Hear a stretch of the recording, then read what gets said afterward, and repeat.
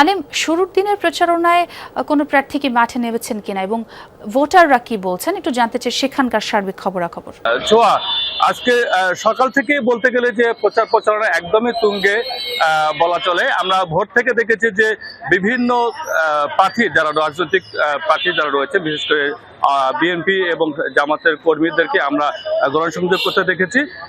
এখন আমি যেখানে আছি জয়পুরহাটের একদম প্রাণকেন্দ্র বলা যায়, সেখানে একজন প্রার্থী, বিশেষ করে জয়পুরহাট 1 আসনে ধানের শীষের বিএনপির প্রার্থী জনাব মাসুদ রানা প্রধান, তার কর্মী বাহিনী বা সমর্থকদের নিয়ে তিনি কিন্তু মাঠে প্রচারণা চালাচ্ছে। আমরা কিন্তু দেখতে পাচ্ছি আমার পিছনে যারা রয়েছে তারা কিন্তু মোটামুটি কর্মীদের নিয়ে সকাল থেকে তারা প্রস্তুতি নিয়েছে এবং সকাল থেকে তারা প্রচারণা চালিয়ে যাচ্ছে।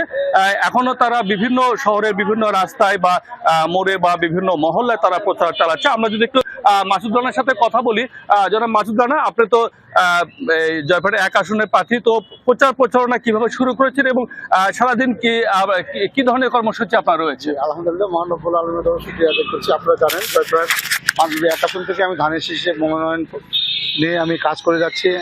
গ্রাম পর্যায়ে, শহরে, বিভিন্ন জায়গায় আজকে থেকে আমাদের গণসংযোগ শুরু হয়েছে। আমাদের যে ওয়ার্ড আছে, পৌরসভা সহ ইউনিয়ন পর্যায়ে ওয়ার্ড আছে, প্রত্যেকটি ওয়ার্ডে আমাদের সকাল থেকে পুরুষ কর্মী, মহিলা কর্মী ওয়ার্ক শুরু করেছে এবং আমরা ব্যাপক সাড়া পাচ্ছি।